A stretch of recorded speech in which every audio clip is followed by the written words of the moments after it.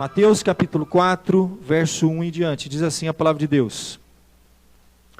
A seguir, Jesus foi levado pelo Espírito ao deserto, para ser tentado pelo diabo. E depois de jejuar 40 dias e 40 noites, teve fome. Então, o tentador, aproximando-se, lhe disse: se és o Filho de Deus, manda que estas pedras se transformem em pães. Jesus, porém, respondeu: está escrito, não só de pão viverá o homem, mas de toda palavra que procede da boca de Deus. Então o diabo o levou à cidade santa, colocou sobre o pináculo do templo e lhe disse: se és o Filho de Deus, atira-te abaixo, porque está escrito, aos seus anjos ordenará a teu respeito que te guardem, e eles te sustentarão nas suas mãos, para não tropeçares em alguma pedra. Respondeu-lhe Jesus: também está escrito, não tentarás o Senhor teu Deus. Não tentarás o Senhor teu Deus. Hoje nós vamos falar mais especificamente desta tentação. Meus queridos, eu preciso relembrar aos irmãos que o que realmente está acontecendo aqui com Jesus é algo único, né? Há um aspecto que a tentação de Jesus é única e exclusiva dele, e que nós não temos assim nenhuma experiência semelhante. Em que sentido? Naquele sentido que eu já compartilhei com os irmãos, em que Jesus, na verdade, ele está vindo representar a humanidade como o segundo Adão. Exatamente isso que a Bíblia nos fala em inúmeros textos, que Jesus é, na verdade, o último Adão. O primeiro Adão, que representava a humanidade, também foi provado. Passou por uma experiência de tentação, lá no jardim, no início, e ele representava uma raça, e ele caiu. E juntamente com ele toda a raça humana caiu. Porque a Bíblia diz que todos pecaram e carecem da glória de Deus.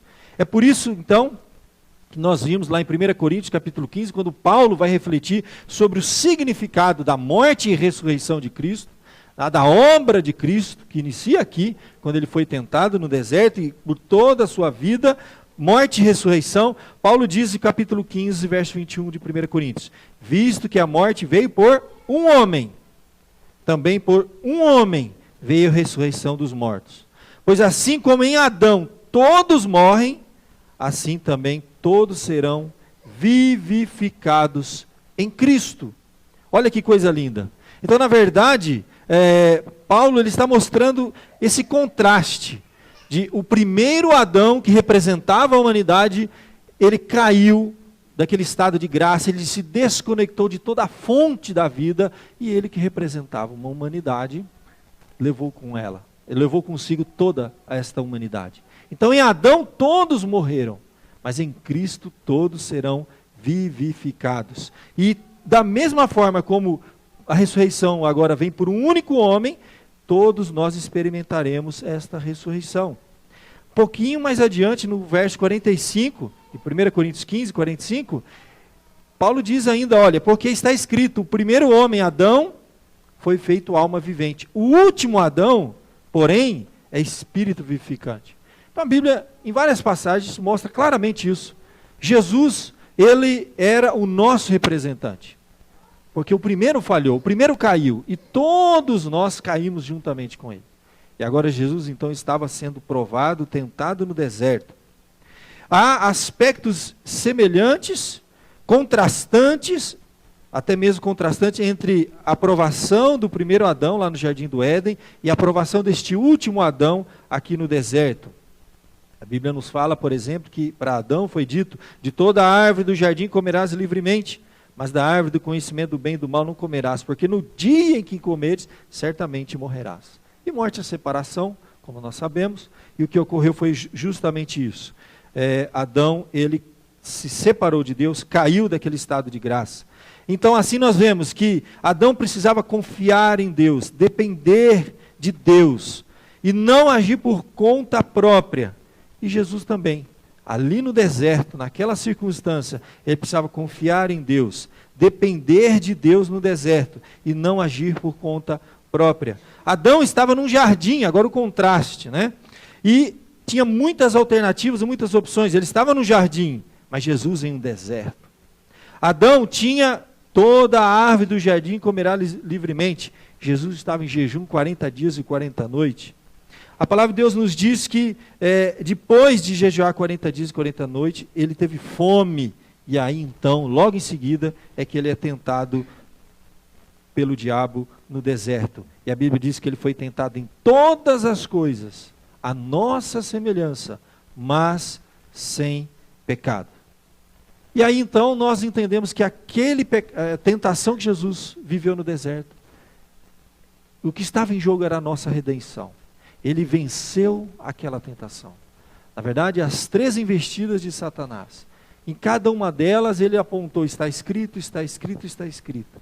E a Bíblia diz então que o diabo se aparta dele até momento oportuno. Então há um aspecto em que a tentação de Jesus é única, exclusiva, foi realmente nos representando, o que estava em jogo ali é muito mais do que a gente pode imaginar. Mas a palavra de Deus nos fala que nós, quando nós olhamos para esse grande sumo sacerdote, nós devemos nos animar, porque assim como ele venceu, nós também venceremos. Então essa tentação de Jesus tem aspecto que traz para nós lições preciosas, nos dá ânimo, né? E a palavra de Deus nos mostra esse caminho e nos dá realmente uma inspiração para enfrentarmos as nossas adversidades, as nossas provações, porque a Bíblia diz que ele foi tentado em todas as coisas, a nossa semelhança. Então há alguma semelhança sim, entre essa experiência de Jesus e a nossa. A primeira provação, o texto é claro, transformar a pedra em pães. A segunda, tentar a Deus, ele é levado no pináculo. E a terceira, quando o diabo vai dizer adorar o próprio Deus, que nós vamos estudar num outro domingo.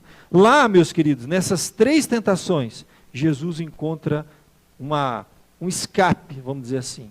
Como que ele venceu essas tentações, se dirigindo, se voltando para a palavra de Deus. O que realmente estava em jogo, o que estava acontecendo aqui? Na primeira tentação, Jesus, então, com fome, ele foi tentado e mostrou-se para ele, o diabo mostrou para ele o caminho mais fácil. Você não precisa passar por isso. Você não precisa passar por essas dificuldades. Transforme a pedra em pães. Era uma tentação dele não passar por aquelas aflições, aquelas dificuldades, não sofrer em nosso lugar, e ele ali resistiu e disse: nem só de pão viverá o homem. Nós vimos bastante isso na semana passada. Agora você observa uma coisa que é importante a gente entender. A palavra de Deus vai dizer um pouquinho antes, que Jesus havia acabado, no capítulo 3, de ser batizado. Quando ele sai da água, João Batista estava presente, todas aquelas testemunhas, o Espírito Santo desce em forma de pomba, e ele sai da água e todos ouvem uma voz. E o que é dito ali? Eis o meu filho amado. Este é o meu filho, em quem eu me comprazo. Logo em seguida a Bíblia diz que o Espírito levou ao deserto para ele ser tentado pelo diabo. Como que começa a tentação do diabo? Se tu és então filho de Deus. Você vai perceber que as tentações do diabo começam com essa frase. Então se realmente você é um filho de Deus, como nós ouvimos, como todos ouviram lá, na verdade a gente já começa a perceber e observar uma coisa, meu querido. Tudo que nós recebemos de Deus, todas as bênçãos, todos os privilégios serão provados. Aquela declaração, tu és o filho de Deus. Logo em seguida o diabo vem, será que você é mesmo filho de Deus? Vamos ver agora. Então nós, ao nos tornarmos filhos de Deus, enquanto estivermos nesse mundo caído, sujeito a aflições, nós também vamos experimentar esse tipo de aflição. Quando nós estivermos passando por uma dificuldade, o diabo vai dizer, você é filho de Deus? Se realmente você é filho de Deus, ele vai colocar em xeque. Ele vai questionar se você realmente é filho de Deus. Será que você passaria por isso se você sendo filho de Deus? É claro que o diabo é péssimo em teologia, mas ele é bom, muito bom em heresia. Ele é muito bom em distorcer as coisas. E como as pessoas cedem essas falsas doutrinas. E facilmente entram em crise na hora da dificuldade, na hora da aflição. É que o diabo vem, a Bíblia diz que ele lança os seus dados inflamados. Nós precisamos lembrar, meus queridos, que existe sim uma luta espiritual. Falei um pouquinho isso no domingo passado, é importante relembrar. Nós precisamos lembrar que nós não estamos aqui num parque de diversões, gente. Nós estamos num campo de batalha. Nós devemos lembrar que a Bíblia nos fala que nós temos um arqui-inimigo, o inimigo das nossas almas. Existe alguém ao nosso derredor bramando como leão, procurando oportunidade para nos derrubar. Nós não estamos num parque de diversões. Nós ainda não entramos, né, no paraíso. E nós já saímos daquele jardim. Nós estamos vivendo no deserto. Nós estamos entre o jardim e o paraíso. E as pessoas, por não compreenderem isso, e muitas vezes essas heresias, essas doutrinas falsas, já são, para mim, eu posso dizer que isso aí é o quê? É o pano de fundo, que Satanás lança para que as pessoas imaginem que agora eu estou com Deus, então eu estou num parque de diversões. Eu estou no jardim ou no paraíso? Não, você está no deserto. E esse pano de fundo do diabo é o ambiente que ele cria para soprar no seu ouvido quando você passar por aflições. Será que você é filho de Deus? Se tu és filho de Deus, como foi dito para Jesus, você está no deserto, você está num campo de batalha. Você tem que ter em mente isso. Se você entrou para a fé, se você entrou dentro da família de Deus, você é mais um soldado dentro de um grande exército que tem um propósito, tem uma missão a cumprir. E não se perde nas coisas desse mundo, e sabe muito bem o que está fazendo aqui, sabe de onde veio, sabe para onde vai. Não tem vãs esperanças, não se decepciona com Deus, jamais, porque conhece as promessas de Deus, sabe o que Ele prometeu, o que Ele não prometeu. Apesar de que não é fácil, o diabo está aí trabalhando, dia e noite, ele não dorme, ele não descansa. Ele não leva o seu exército, né, para um dia de descanso, dia e noite, 24 horas, há milhares de anos. Ele estuda a alma do homem, os desejos do homem, os pontos fracos da natureza humana. E não tenha dúvida, meu querido, nós, enquanto aqui estivermos, por isso que a Bíblia diz, orai sem cessar. Não é disso que a Bíblia é. Por quê? Vigiai e orai, para que não entreis em tentação. No domingo passado eu lembrei os irmãos o que significa isso, entrar em tentação. Na verdade, todos nós temos que entender que a tentação é o seguinte, o diabo, os nossos próprios desejos. O que é tentação, na verdade? É quando os nossos próprios desejos encontram pessoas ou circunstâncias que os satisfazem. É essa hora é que nós somos tentados. Então deixa eu contar uma coisa para você. A tentação é uma porta aberta que está diante de você durante todos os dias da sua vida. Até o último dia. Ela não vai se fechar. Por isso que a Bíblia diz, vigie e ore. Para que você não entre em tentação. Ou seja, você não ceda. Você não entre por essa porta aberta. E nós seremos provados. E tentados. E experimentados. De toda forma, de toda sorte, durante todos os dias da nossa vida. E essa porta estará diante de nós. Pode ser desejos que você tem. Pode ser muitas vezes o desejo até mesmo de abandonar Deus, porque você não está aguentando a provação, a adversidade e a aflição que Deus permitiu na sua vida. Mas a Bíblia diz, vigie e ore, para que você não entre por essa porta, por essa tentação. E a tentação, ela começa, nós entramos nela, aquela ilustração que para mim ela ajuda a compreender um pouco. Quando você tem, por exemplo, um tanque com água e você tira a rolha. Então a tentação começa quando os nossos desejos encontram alguma conexão com algo fora. E nesse momento a rolha é tirada. E aí a água começa a descer bem devagarzinho. E a gente acha que está tudo bem. A gente pensa que está no controle da situação. É quando nós flertamos com o perigo, brincamos com o fogo, é quando a tentação está diante de nós, nós já estamos entrando em tentação e não estamos percebendo. E nós precisamos sair disso quando? Antes que, se você tirar, apenas uma ilustração evidentemente, se você tirar uma rolha, né, de um tanque, você vai ver que ele começa a descer bem devagarzinho. Mas lá pelo meio do tanque, você percebe que ele começa a fazer uma espiral. Quando você entra nesse espiral, meu querido, você perde o controle da situação. Nem que você queira, você não sai mais. Você já entrou em tentação. E nós devemos orar e vigiar. É algo que está presente em todas as orações. A gente ora e nem percebe. Já observou a oração do Pai Nosso? Não nos deixes cair em tentação. porque ela faz parte da nossa jornada. Se tu és filho de Deus, você vai ser provado. A sua fé vai ser provada. Você vai ser experimentado. Até porque Deus, Ele não usa nenhum soldado sem antes prepará-lo. Nenhuma arma é usada sem antes ser forjada no fogo. Sem antes ser temperada e preparada para a batalha. Você não está num parque de diversões. Você está num campo de batalha. Você está num deserto. E você tem inimigo. Um inimigo que te conhece mais do que você imagina.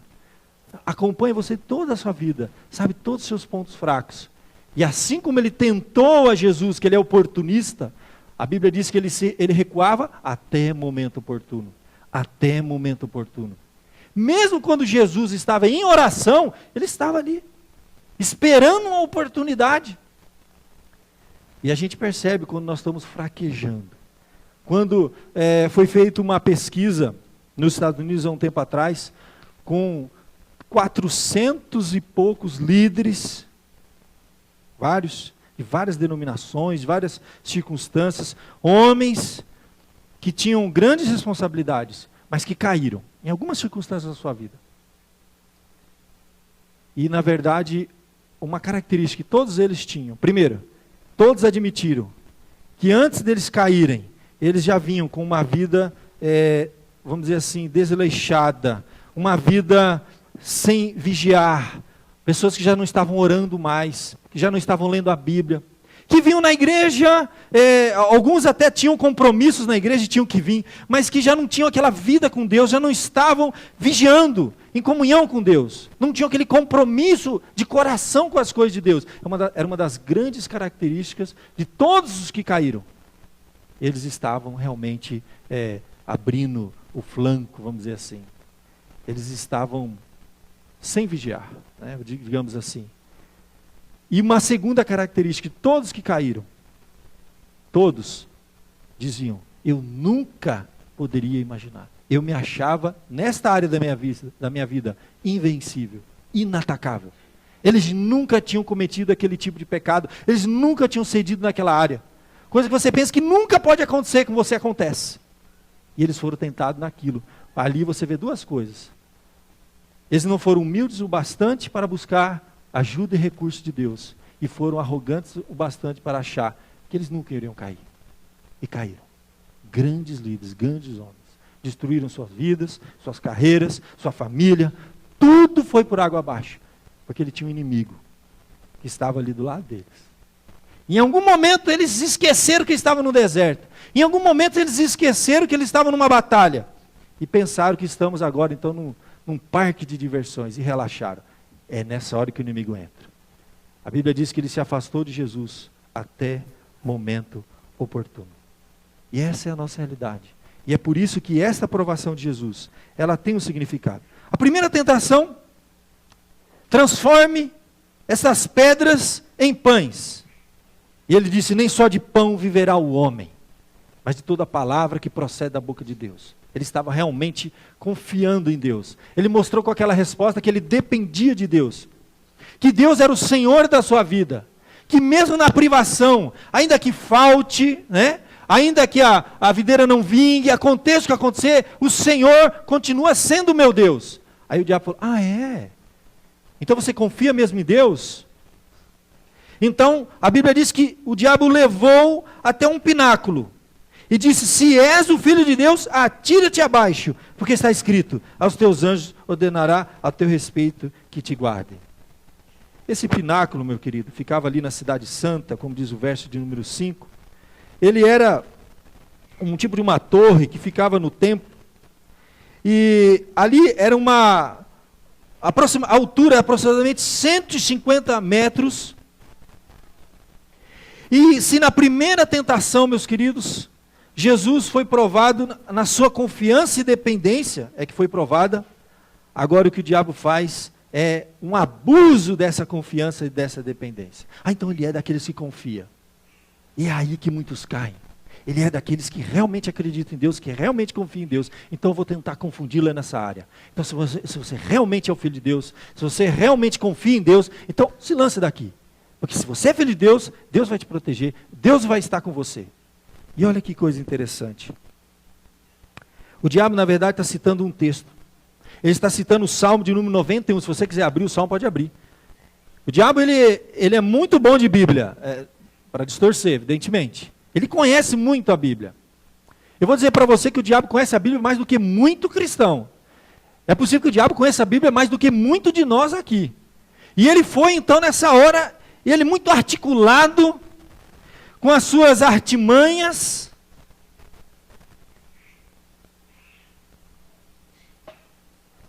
A Bíblia diz que nós devemos estar usando a armadura de Deus para resistir a todos os métodos astutos do diabo. A palavra usada lá no grego é metodeia mesmo, né? Os métodos do diabo para nos derrubar. E olha como ele é astuto. Então ele foi lá no ponto. Ele confia, então é uma outra forma de eu trabalhar com gente assim. Aí ele vai lá e cita o Salmo 91. E olha o que ele vai citar do Salmo 91. O Salmo 91 é do verso 1 a 11. Tá? Você vê lá no finalzinho do verso número 11, ele fala justamente daquele que é protegido por Deus. É um salmo que muitas vezes, quando você lê, você fica até confuso. Quando você lê, fala assim, mas eu estou passando por essa dificuldade, mas olha o que diz esse salmo. Que aquele que habita no esconderijo do Altíssimo, descansa à sombra do Onipotente, que é o seu refúgio, o seu baluarte, né? Deus me livrará do laço do passarinheiro. Ele me cobrirá com as suas penas. Esse filho de Deus não se assustará do terror noturno, nem da seta que voa de dia, nem da peste que se propaga nas trevas. 1000 podem cair à minha direita, 10.000, mas eu não serei atingido. E aí ele continua dizendo que o Senhor é o meu refúgio, nenhum mal te sucederá, praga nenhuma chegará à tua tenda, porque os teus anjos darão ordens ao teu respeito. O diabo é muito esperto. Ele pegou um texto de difícil interpretação. Não é fácil a interpretação esse texto. Porque quem lê esse texto fala, não, quem é filho de Deus realmente nada o atinge. Só que nós nunca interpretamos um texto fora do seu contexto.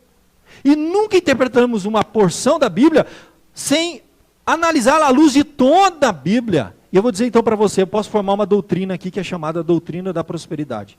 Se você vier para Deus, nenhuma doença mais entra na sua casa. Esse preguinho aí que te paga pouco, pode esquecer isso aí. Deus vai te dar um emprego que vai muito dinheiro, muito dinheiro. Você vai ficar muito rico, gente. Cheio de saúde, cheio de dinheiro, esse carro velho que você tem aí, mas esquece isso aí. Larga aí, pode largar, vai embora, deixa aí, porque Deus vai te dar um carro novo. Mas o negócio é o seguinte, você tem que no final do culto trazer uma boa oferta. Nós só aceitamos hoje de 5.000 para cima, gente. E quanto maior a oferta, entendeu? Maior será o IPVA do teu carro. Você sabe o que significa, né? O IPVA maior porque o carro é menor. Então, rapaz, cheio de artimanha, usando e abusando de um texto como esse, fora do seu contexto, eu posso fazer muitas coisas. O diabo já fazia isso há muito tempo. Eu não me assusto de pregadores fazerem isso. Usar um texto fora do contexto. O que está em jogo e o que o diabo quer fazer aqui, ele não citou todo o salmo, evidentemente, eu estou mostrando o contexto para você. Se você ler o verso de número 11, foi só o que ele citou no início. Porque os teus anjos darão ordens a teu respeito. Ele para por aí. Ele não termina o final do salmo. E o que acontece? O que diz o final do salmo? Para que eles te guardem. Você pode fazer o que você quiser. Você pode subir num pináculo e pular. Você pode andar pelos teus caminhos. Você pode fazer o que você quiser da sua vida. Que Deus vai te guardar. Não, não é isso que o Salmo diz. Ele vai te guardar em todos os teus caminhos. Meu querido, deixa eu dizer uma coisa para você. Se eu fizer os meus próprios caminhos, escolher atalhos, se eu não der ouvidos à palavra de Deus, tá? E querer fazer a minha vida, o que eu quiser da minha vida, Deus não tem compromisso nenhum com a minha infidelidade. Ele não tem compromisso com a minha infidelidade. Fazer isso é literalmente tentar a Deus. Porque eu tenho uma série de outras orientações na Bíblia que me dão um senso de preservação. Como que eu vou fazer uma loucura dessa? Como que eu vou brincar com fogo e não vou me queimar? Como que eu vou subir de um pináculo e vou pular? Isso é tentar a Deus. Então, na verdade, o diabo ele era muito bom, porque ele falou assim, olha, tem um texto na Bíblia que diz que os anjos do Senhor estarão ao teu lado e nada vai te atingir. Então vem cá, olha, sobe nesse pináculo e pula. O diabo não me levou ainda no pináculo, não me pediu pular, mas quantas e quantas vezes na minha vida, o diabo me mostrou propostas, alternativas, circunstâncias, que foram uma verdadeira tentação para mim. E aí, se eu seguir por esse caminho, nada vai acontecer, porque Deus está comigo. Oh, peraí, vai devagar. Se eu estiver nos caminhos de Deus, Ele vai estar comigo. Se eu fizer uma loucura, A Bíblia em nenhum momento diz que Deus vai me proteger das loucuras que eu vou fazer. Existem consequências, existe ação e reação nesse mundo, nessa vida. Existem coisas claras na Bíblia nesse sentido. Então olha que perigo que esse inimigo, ele usa um texto fora do contexto, e ele então engana. E olha que lá em 1 Timóteo capítulo 4, a Bíblia nos diz que nos últimos tempos, alguns se apostatarão da fé. Se apartar dessa fé sadia, essa fé que nos abençoa, entende? E o que eles farão? Porque eles irão obedecer a espíritos enganadores, e eles irão seguir ensinos de demônios. Não tem maneira melhor, mais eficiente do que do diabo nos afastar de Deus, é do diabo criar ensinos, doutrinas, que irão criar no nosso coração esperanças vãs e falsas, expectativas que nunca irão se cumprir, e eu vou perder a minha fé em Deus. Eu vou literalmente tentar Deus. É o que mais nós estamos vivendo nos nossos tempos, é isso. Pessoas que conhecem a palavra de Deus. Pessoas que se apartam do evangelho genuíno, que propõem um caminho de deserto, muitas vezes, de perseverança, de fé, de cruz, mas que no fim tem a glória. E aí apresenta-se um atalho. Que se você for em tal lugar, se você fizer tal coisa, Deus vai te fazer isso, Deus vai fazer aquilo outro. E o que nós mais vemos são pessoas se afastando da verdadeira doutrina bíblica e indo para ensinos, que a Bíblia diz para mim até que são ensinos de demônios, que vão criar vãs esperanças, promessas, e essas pessoas vão se decepcionar. Elas vão esperar coisas que nunca vão acontecer. São pessoas que vão entrar em campanhas. São pessoas que vão buscar soluções mirabolantes e não aprendem a esperar no Senhor, a confiar, a perseverar no deserto. Não compreende o que significa a armadura de Deus, a enfrentar as lutas e batalhas.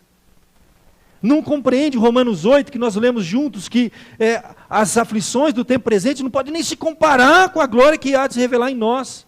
Que tudo coopera para o nosso bem, que Deus transforma o mal em bem, que nós temos que aprender a esperar. Então aí esse caminho é um caminho perigoso. É um caminho de tentar a Deus mesmo, gente. Conheço pessoas que fizeram loucura com a sua vida financeira, com seus bens, com a sua família, com vãs esperanças. E na verdade, Jesus vai responder: não tentarás o Senhor teu Deus.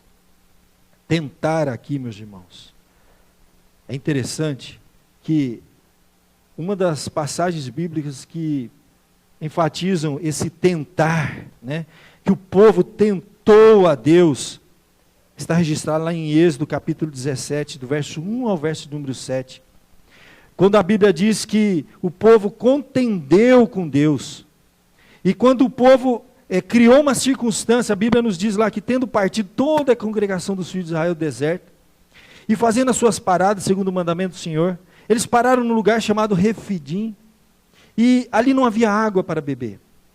E aí o povo começou a contender com Moisés: dá-nos água de beber. Respondeu Moisés: por que contendeis comigo? E por que eles estão tentando ao Senhor? E o povo naquela hora, tendo sede, murmurou contra Moisés, murmurou contra Deus, e ali ficou conhecido aquele local como um lugar de contenda, Massá e Meribá. A partir daquele momento, aquele local passou a ser chamado de Massá, que significa tentado, e Meribá, que significa contenda. Porque eles disseram naquele dia: está o Senhor no meio de nós ou não? Agora eu quero ver. Se Deus está comigo, vai acontecer. Vai ter que acontecer desse jeito. Isso foi o quê? Eles tentaram a Deus. Foi exatamente essa frase que eles usaram. Vamos ver se Deus está comigo agora ou não. E aí, naquele momento, a Bíblia usa essa expressão: vocês estão tentando a Deus. E o local ficou marcado como um local em que eles tentaram e contenderam com Deus. E a Bíblia diz assim, muito claramente: não tentarás o Senhor teu Deus. Jesus mostrou o caminho. E o caminho nessas horas, meus queridos, na hora das nossas tentações, das nossas provações, não siga orientações mirabolantes. Cuidados com os conselhos que você lê por aí. que você vê na mídia, que você vê na internet, que você vê em livros, que você ouve de determinadas pessoas. Cuidado, cuidado. Você tem esperança num único lugar. Não é nesta igreja, nem nesse pastor.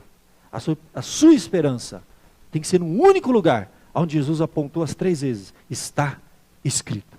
Se volte para a palavra de Deus. Se você não está suportando a adversidade, a provação que você está vivendo, faça uma única coisa. É o único conselho que eu posso te dar. Se volte para a palavra de Deus. Porque a Bíblia diz que toda a Escritura foi escrita para o nosso ensino. E que nós devemos ter esperança pela consolação das Escrituras.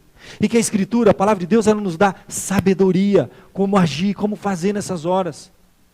Você tem que se voltar para as verdadeiras promessas da palavra de Deus. Não promessas mirabolantes, distorcidas. É preciso que haja um conhecimento bíblico para não cair e ser levado por todo vento de doutrina que afasta as pessoas de Deus. Como uma criança que não tem firmeza, que não tem conhecimento e que ela, nesse sentido, ela está totalmente vulnerável para ser levado por qualquer um. E há cristãos que estão totalmente vulneráveis. Na hora da aflição, na hora do deserto, ele vai se agarrar em qualquer coisa que se oferecer. E é nessa hora, muitas vezes, que os ventos de doutrina vêm, que o diabo aparece, que ela é tentada, ela é levada para longe. E a Bíblia diz claramente, Jesus falou uma coisa, está escrito. Então, no momento de aflição, o que devemos fazer? Quais são as verdadeiras promessas da Bíblia? Deus prometeu que nunca iríamos passar por aflições nessa vida? Algum momento nós vemos isso na Bíblia? Nunca! Como que eu vou criar uma esperança como essa? Quando você passar uma aflição, fala assim, ó, estava escrito. Eu já fui prevenido disso. Eu sabia que ia ter aflições, porque Jesus disse, no mundo tereis aflições. Paulo disse, as aflições do tempo presente não podem nem se comparar com o que Deus vai fazer. E tudo coopera para o meu bem. Mas quais são as promessas então que eu realmente posso crer, e posso me alimentar, e posso descansar, e posso me fortalecer, e posso renovar minha esperança? A expressão mais repetida por Jesus em toda a Bíblia a gente esquece. 365 vezes, alguns dizem, curioso isso, uma vez para cada ano. Parece que é para todos os dias da nossa vida, uma vez para cada dia do ano, quer dizer. Parece que é para todos os dias da nossa vida. A palavra que Jesus mais repetiu na Bíblia, isso é promessa. Que eu posso confiar. Ele disse, não temas. Eu nunca te deixarei. Eu nunca te abandonarei. Não temas. Essa é uma promessa que eu devo ter, eu devo alimentar, eu devo descansar. Eu nunca te deixarei. Aconteça o que acontecer. Nas provações dessa vida, uma promessa só para mim já basta, gente. E ela foi repetida por Jesus 365 vezes. Não se iluda com vãs promessas que estão inventando, com soluções mirabolantes para resolver os nossos problemas. A promessa da Bíblia é uma só. Jesus disse, não temas. Eu nunca te deixarei. Aquele que vem a mim, de maneira alguma eu lançarei fora. Estarei convosco todos os dias, até a consumação do século. Isso para mim, gente, não tem conforto maior. Nas maiores aflições ou provações que você passar.